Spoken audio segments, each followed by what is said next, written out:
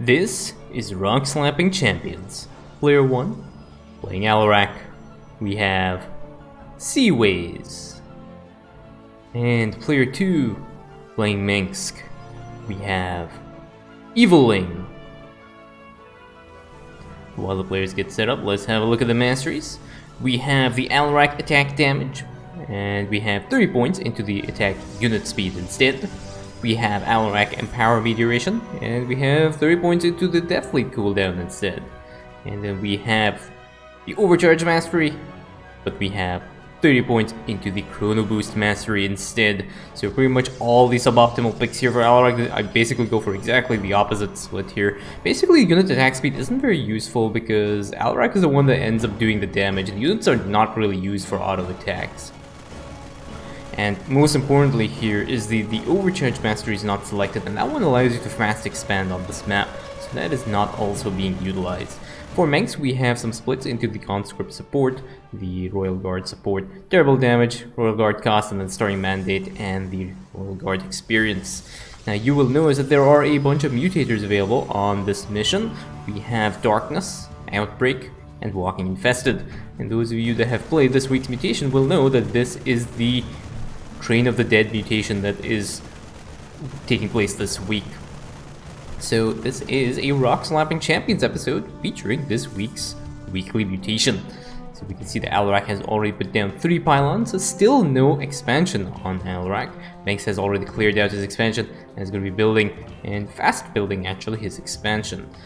Alarak is just putting down some more pylons right now. It's still sitting at 39 supply, but decides to put down an extra pylon. And another pylon as well coming down, 3 pylons coming down. A very interesting pattern with a cybernetics core already produced for Alarak. Still, no expansion and no defenses for Alarak, so Mengs has to put down some bunkers to be able to fend off the waves of infested that will be spawning throughout the mission. Now, if you do not play the weekly mutations and you don't do mutators generally, you can see here we have a Photon Overcharge to kill off the 2 infested that have spawned. And is there going to be an overcharge here as well? There might be. There might be a little bit, but I don't know. Alarak does not seem to be interested in helping his ally out this time. He has defended his own base, and now Alarak has spawned. Manx does end up dropping down an extra bunker, and he will have to unload his bunker and just cause this guy to start repairing, which he does right now. Alarak has spawned, and now he is making his way towards the expansion rocks. And you know what is coming up next, because it is exactly what is to be expected from Rockslapping Champions. And Alarak is rockslapping the rocks right here on screen, live for your entertainment pleasure. Alarak is rockslapping. So now we have another attack. We have the attack wave that has spawned, and instead of using Alarak to clear, he just waits for the attack wave to reach that bunker, and you ends up overcharging that bunker. Manx is just producing right now. He's trying to ramp up, but the first train has already started to spawn, and Alarak is still attacking these rocks right now. Alarak has also started to get some of his upgrades onto his Twilight Council. He's getting his Supplicant upgrades, which I guess is okay for the... Yeah, so he's getting the Supplicant upgrades, which is the Blood Shield upgrades. We also have the Ascendant Archives, which is, to be honest, I'm kind of surprised, given that this is a Rockslapping Champions episode, that they are going for the optimal build here for Alarak. The Ascendant Archives are absolutely insane. You get your Ascendants out, and you just melt everything that looks at Alarak. It is very, very fun to play, and Alarak is one of the better commanders for this mission. You see, Alarak is now getting focused far down by a lot of the Hellions, and now we have a Marauder that has been created from Manx to just get some of the value from this train escort as well. So rushing out the Marauder at the start of the game for Manx does really help once you've gotten, obviously once you've gotten your Imperial Witnesses out. And this just allows you to soak up some of the experience that's available when you start killing off units. You can see here, obviously, it is not very effective at taking down the train. And now you can see the next attack wave has already started to spawn and it's starting to harass Manx's base. Manx uses his Zerg call down to deal with that. And while his Marauder on here starts to deal damage to this train. So, all in all, seems to be okay. Their cooldown is again really going to get value, and it'll cause this guy to also gain a little bit more experience and start to level up as well. You can see the Ascendant Archives has the 3 upgrades queued up, and Alarak unfortunately has his probes waiting, but they have still not taken these gas rocks, and these gas rocks are really important. Next attack wave has also spawned. Alarak is in position, he'll be able to clear that out, but still no gas rocks for Alarak, and he has 3 overcharges. You should be using an overcharge to clear your expansion, because that is what Alarak can do, and that is what makes Alarak really good. He can fast expand on a lot of maps, and if you want to know how to fast expand with Alarak on maps with rocks, well, hopefully not with rocks, but contested maps, check out StarcraftUCoop.com, your #1 source of StarCraft 2 co-op information. Now, we have a bunch of upgrades coming up, still more probes coming up for Alarak, and now finally he has chosen to overcharge his expansion with the Rockslapping combo with Alarak. And Alarak now has finally, at the 8-minute and 30-second mark, cleared his expansion completely. And we have a bunch of probes that are waiting. This guy's still waiting. Still waiting. No? No? Hey, there you go. There's the gas rocks. There's the assimilator. So the next train will be spawning from the bottom rail. So Alarak is ready and in position with his army of 0. So far, he has no combat units. So Alarak will have to be a little bit careful when he decides to push. This train escort is actually a little bit significantly larger than the previous one. You can see lots of siege tanks here, and these siege tanks get pushed back as they are sieging up, putting them in perfect range for Alarak to get shelled on. And now Manx has decided to drop a nuke here, and this nuke will be able to clean up pretty much everything from this train escort. And now this train is pretty much a sitting duck for these allied commanders. We have a few medevacs as well joining the fray here to try and help with these healing these marauders.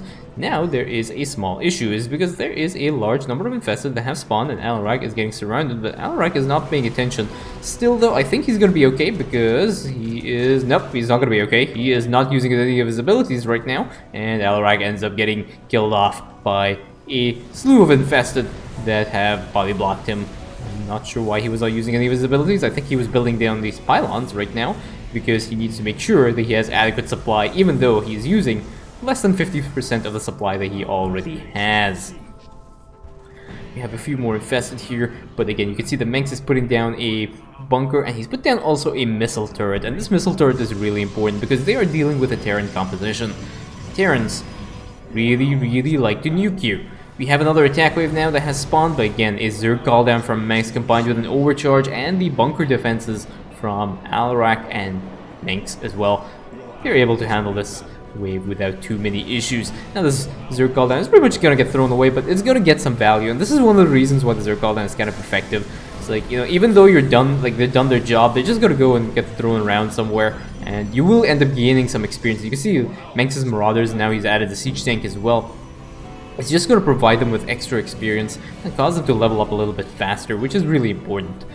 Now, the next train has spawned. You can see that there is the escort wave here, and Alarak decides to use his call down. But again, Alarak has no units out, he has no supplicants, so everything is going to start focus firing down Alarak, and that might actually cause a problem. But luckily, the mothership or the deathly call down has been used. It does end up killing some of these units off, causing Alarak to regenerate his HP, which means that he does not end up dying and does not end up killing off these valuable destroyers and the mothership as well. So he gets kind of lucky on this. Manx is now in position as well to deal damage, and he will end up cleaning this up.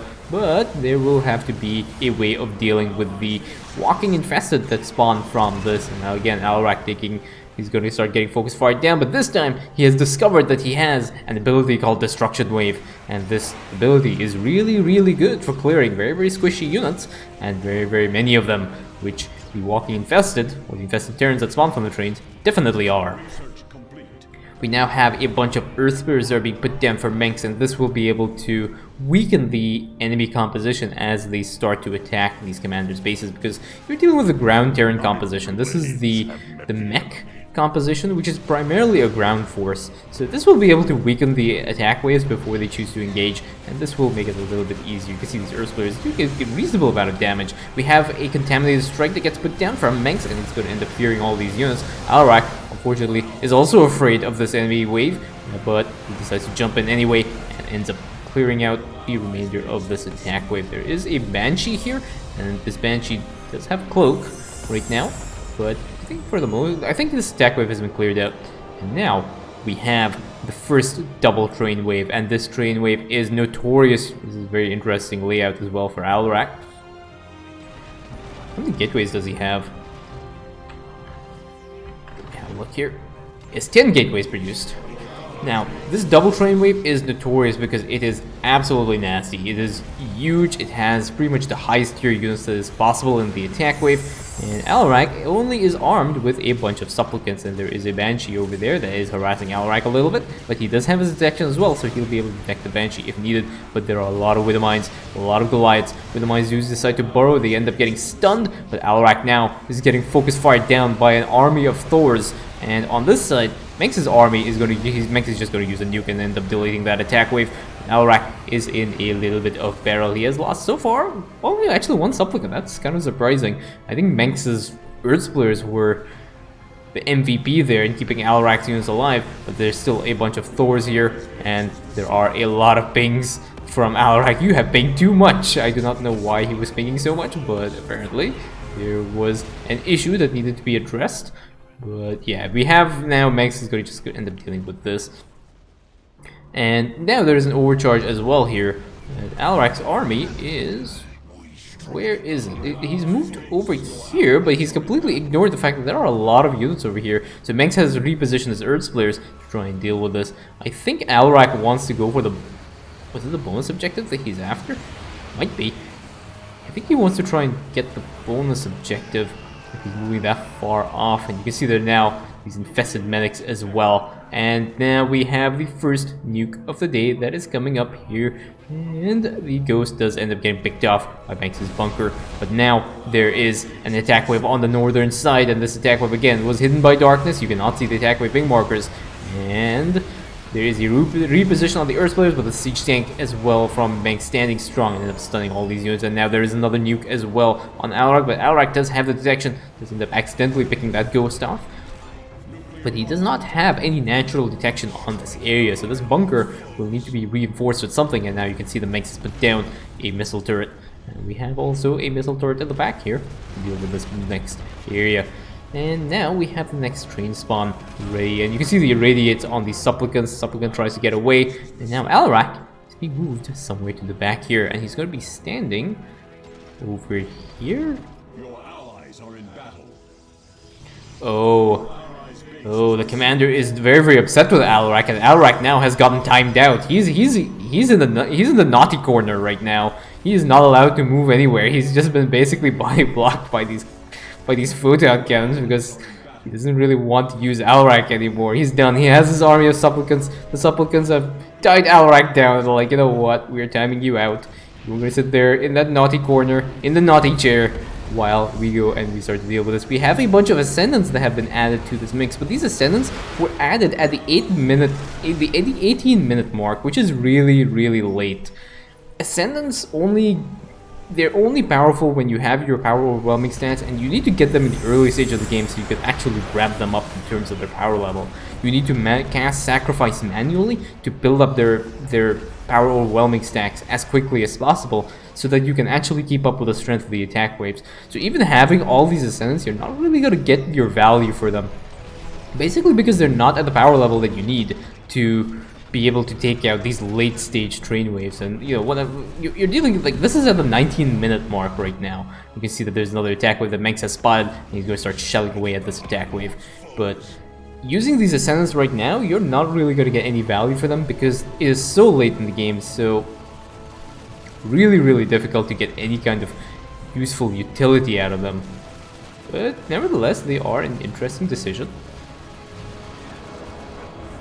You can see that this wave has been cleared out completely for Manx, and Alarak on this side still doing okay. But you can see here, the Ascendant only has one power overwhelming stack added. It's basically 100 shields give you it comes up from one power overwhelming stack, and that doesn't really deal a lot of damage. The Ascendants are really weak. But now the next train wave has spawned, and the commanders will have to try and deal with it. Alarak's army, sans Alarak, because he is sitting here, timed out, still is going to try and use it. And you can see here what's happening is that this is only just making the attack wave mad. It's not really doing anything. These Ascendants don't really have the kind of damage output. Usually at the 21-minute mark, Ascendants basically melt anything that looks at them. They are so strong. And you're looking for about 7 to 8 power overwhelming stacks on them in general.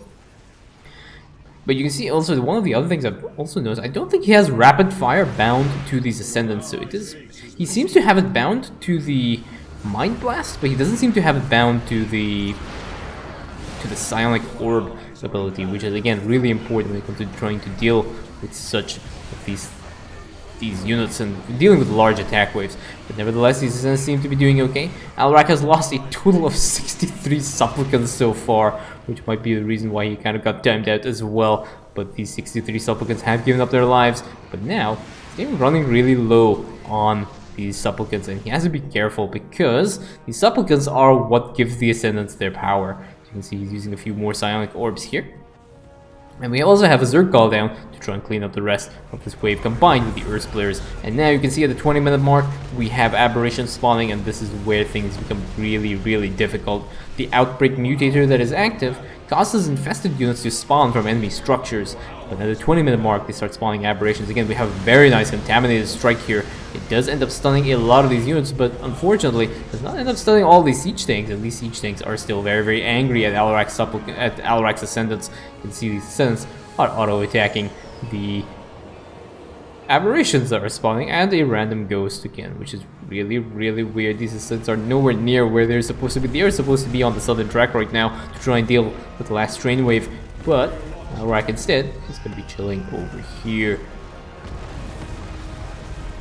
In total, he has lost 82 supplicants, and Mengs has now repositioned the siege tanks into this position to try and just hold against the onslaught of aberrations, and now Alarak's ascendants are ready to start attacking, and now these guys are getting attacked by the Thor that was a remnant of the prior attack wave. Again, lots of nuclear launches, but everything is under control here for Mengs, and now Alarak's supplicant gets irradiated as well, and now Mengs repositions his Earth Splitters, and Alarak decides to push into this large escort wave with a army of supplicants, and he uses his death fleet as well. I think most of this escort wave has been cleared out, and now we have a few more mind blasts, and I believe this will be the last train that is needed and for the commanders to win. Overall, Alarak has lost a total of 99, oh no, make that 101 supplicants, 104, 105 supplicants with 2 ascendants and 1 Alarak, with Alarak being timed out at the top of the map, and that is GG.